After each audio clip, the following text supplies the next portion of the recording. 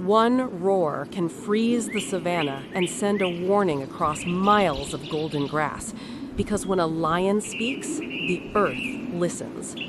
Beneath the blazing skies, the lion moves with a majesty that feels almost mythical, yet its life is not built on glory, but on discipline, instinct, and a secret balance between power and vulnerability that few truly understand.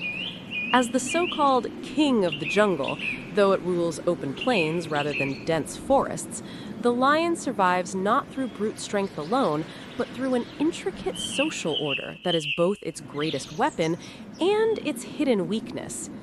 In the cool hush before dawn, when the horizon glows faintly and antelope herds stir nervously, lionesses begin their calculated choreography. They spread out silently, reading the wind, lowering their bodies into tall grass, every muscle coiled with purpose, because survival depends on precision, not pride.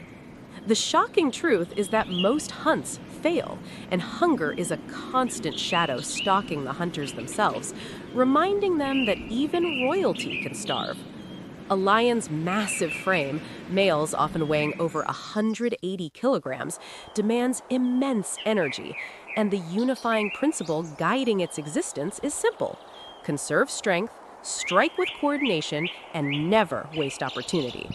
While the male's mane radiates dominance and serves as armor against rival claws, it is the lionesses who shoulder the relentless burden of feeding the pride, teaching cubs the hidden language of stalking and the brutal arithmetic of life and death.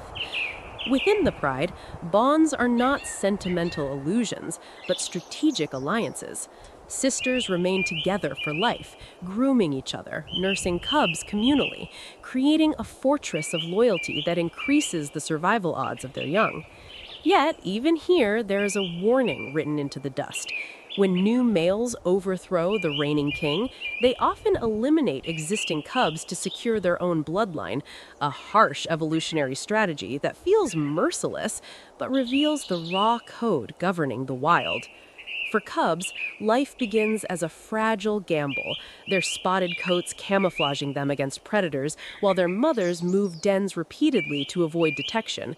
Nearly half will not reach adulthood, a statistic that underscores the fragile thread upon which the kingdom rests.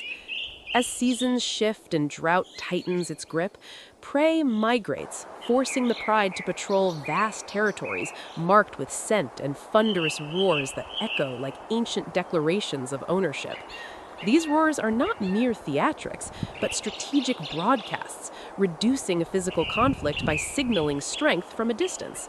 When confrontation becomes unavoidable, battles between males erupt in explosive fury, claws raking, teeth flashing, manes flying in clouds of dust, each strike carrying the weight of legacy and survival. And yet, beyond the spectacle of dominance lies a quieter reality. Lions spend much of their lives resting, conserving precious calories beneath acacia trees, their golden coats blending into the sunlit earth, their breathing slow and steady, a reminder that mastery in the wild often means knowing when not to act. As years pass, the once mighty male begins to feel the erosion of time. His mane thins, his reflexes dull, and challengers circle with growing boldness, sensing weakness with uncanny precision. The day he falls is not marked by ceremony, but by inevitability. Driven from the pride he once defended, he wanders alone, ribs visible beneath fading muscle, forced to scavenge or steal scraps from younger predators. The end of a lion's life is rarely gentle. Injury, starvation, or the slow failure of aging claims the former king, and the savannah absorbs him without pause, returning strength to the soil that once trembled beneath his roar. Yet in that cycle lies a profound truth. The lion's reign was never about eternal dominance, but about participation in a larger rhythm, a hidden order where birth, struggle, cooperation, conflict, and death interlock with mathematical precision. The pride continues, cubs grow into hunters, new males rise, and the roar echoes again across the plains, carrying both memory and warning to all who listen. So when you imagine the lion as an untouchable monarch, remember instead the deeper story etched into every scar and every silent sunrise, the story of resilience forged by hunger, loyalty tested by danger, and a life measured not by how long the crown is worn, but how fiercely the wild heart beats against impossible odds.